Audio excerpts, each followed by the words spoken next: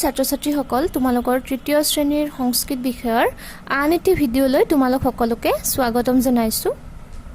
আজি আমি ষষ্ঠঃ পাঠঃ এই পাঠটি আমি আলোচনা কৰি লওঁ। তোমালোকে ইয়াৰ আগতে পঞ্চমঃ পাঠঃ ইয়ালৈকে আমাৰ হৈ গৈছে। আশা কৰিছোঁ তোমালোকে সকলোৱে ধুনীয়াকৈ বুজি আহি আছা আৰু কিবা যদি বুজি নোপোৱা মোক কমেণ্ট বক্সত জনাই দিবা। তো প্ৰথমে আমি পাঠটো চাই লওঁ। ষষ্ঠঃ পাঠঃ দিনচৰ্যা।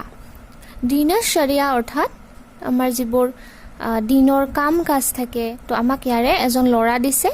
এয়া দেখিছা নহয় ফটোখন, তাৰ দিন চৰ্চা, দিনৰ যিবোৰ কাম কৰে, কেইটাত উঠে, কেইটাত পঢ়ে, কেইটাত প্ৰণাম কৰে, তো তেনেকুৱা সেইখিনি আমাক ইয়াতে উল্লেখ কৰিছে।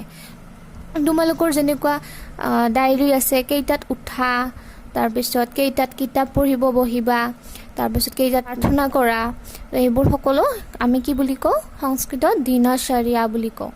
আৰু সেইখিনি আমাৰ সুমেশৰ বিষয়ে আমি ইয়াতে দেখা পাম। প্ৰথম সংস্কৃতখিনি মাতি গৈ আছোঁ, তোমালোকে মন দি চাবা। পাঠ্যপুথিখনত ধুনীয়াকৈ শব্দবোৰ উচ্চাৰণ কৰিবা। মই কৈ গ'লে তোমালোকে নিজেও উচ্চাৰণ কৰিবা। এষঃ সুমেশः। সুমেশः प्रातःकाले 5 वादने उत्तिष्ठति। सपाद 5 वादने दन्तधावनं करोति। सार्ध 5 वादने स योगासनं करोति। पादोन 7 वादने स्नानं करोति। 7 वादने देवस्य चित्राय मालाम् अर्पयति। पूजां करोति। तस्य देवे अतीव भक्तिः। देवार्चनं विना तस्य दिनचर्या नास्ति एव। सार्ध 7 वादने स गृहपाठं लिखति। पठति स। 7 वादने स वार्तापत्रिकां पठति। दूरदर्शन वार्तां स शृणोति। 8 वादने अल्पाहारं करोति। विद्यालयं स गच्छति। হৈ গৈছে?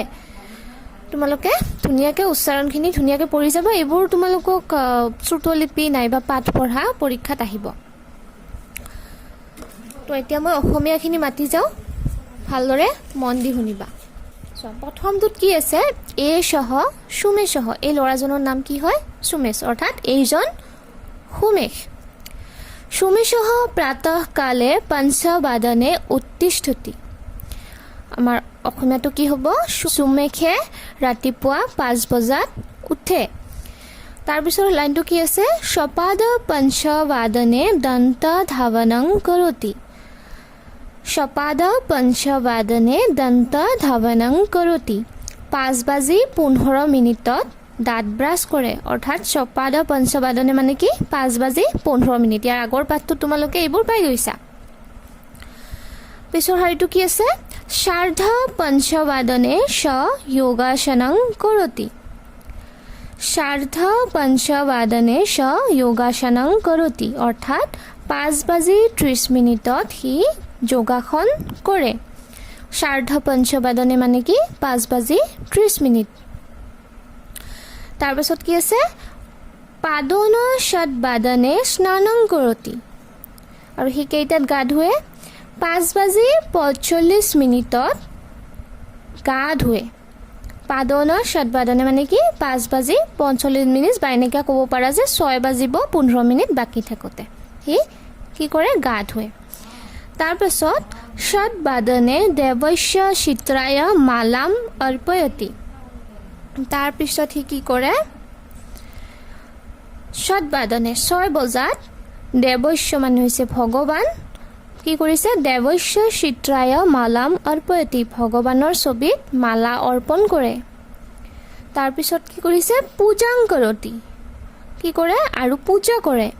তস্য দেৱে অতি ভক্তিঃ। তাৰ, ইয়াৰ অৰ্থটো কি হ'ব? তাৰ তস্য, তাৰ দেৱে মানে হৈছে ভগৱান বা দেৱতা, তাৰ দেৱতাসকল বা ভগৱানৰ প্ৰতি অত্যন্ত ভক্তি। বুজি আছানে? তাৰপিছৰ এইটো কি আছে? দেৱস্যনং বিনা তস্য দিনচৰ্যা নাস্তি এব। অৰ্থাৎ কি কৈছে? দেৱস্যনং বিনা তস্য, ভগৱানৰ পূজা অবিহনে তাৰ দৈনিক কাম কাজ নহয়। দিনচৰ্যা মানে কি? দৈনিক কাম কাজ নহয়। তাৰপিছত কি কৈছে? সাৰ্ধশতবাদনে স গৃহপাঠং লিখতি পঠতি স। তাৰপিছত কি কৈছে? 6:30 সি গৃহ কাৰ্য লিখে আৰু পঢ়ে। হয়নে? তোমালোকে কৰা নে নাই গৃহ কাৰ্য লিখা পঢ়া? এতিয়াতো স্কুল নাই বাৰু, তথাপিও গৃহ কাৰ্য দি থকা হৈছে। তোমালোকে গৃহ কাৰ্যবোৰ কৰিবা, তাৰপিছত পঢ়িবা সময়মতে। দেখিছা সুমেশে কিমান ধুনীয়াকৈ একদম ছিষ্টেমেটিকভাৱে একদম কাম কাজখিনি, দিনৰ যিখিনি কাম কাজ থাকে কৰি আহিছে। তাৰপিছত কি কৈছে আমাক? সপ্তবাদনে স বাৰ্তা পত্ৰিকাং পঠতি দূৰদৰ্শন বাৰ্তাং স শৃণোতি। সপ্তবাদনে মানে কি? 7 বজাত। 7 বজাত সি বাতৰি কাকত পঢ়ে। অৰ্থাৎ কি কৈছে? বাৰ্তা পত্ৰিকাং পঠতি মানে কি? বাতৰি কাকত পঢ়ে। দূৰদৰ্শনাং বাৰ্তাং স শৃণোতি অৰ্থাৎ কি কৈছে? বাতৰি কাকত পঢ়ে আৰু দূৰদৰ্শনৰ বাৰ্তা শুনে। তাৰপিছত কি আছে? অষ্টবাদনে অল্পাহাৰং কৰতি। 8 বজাত। অষ্টবাদনে মানে কি? 8 বজাত। 8 বজাত অল্প আহাৰ কৰে আৰু বিদ্যালয়ং স গচ্ছতি আৰু বিদ্যালয়লৈ যায়। বুজি পালা পাঠটো? মই এইবোৰ লিখি দিছোঁ, তোমালোকে ভিডিঅ'টো পজ কৰি পেলাই এনেকৈ লিখি দিয়াৰ ধৰণে অসমীয়াবোৰ লিখি ল'বা। তো আজিলৈ এইখিনিয়ে। তোমালোকৰ পিছত ইয়াৰ পাঠৰ যিবোৰ প্ৰশ্ন উত্তৰ আছে আমি সেইবোৰ আলোচনা কৰিম। তোমালোকে পঢ়িবা দেই। নমস্কাৰ।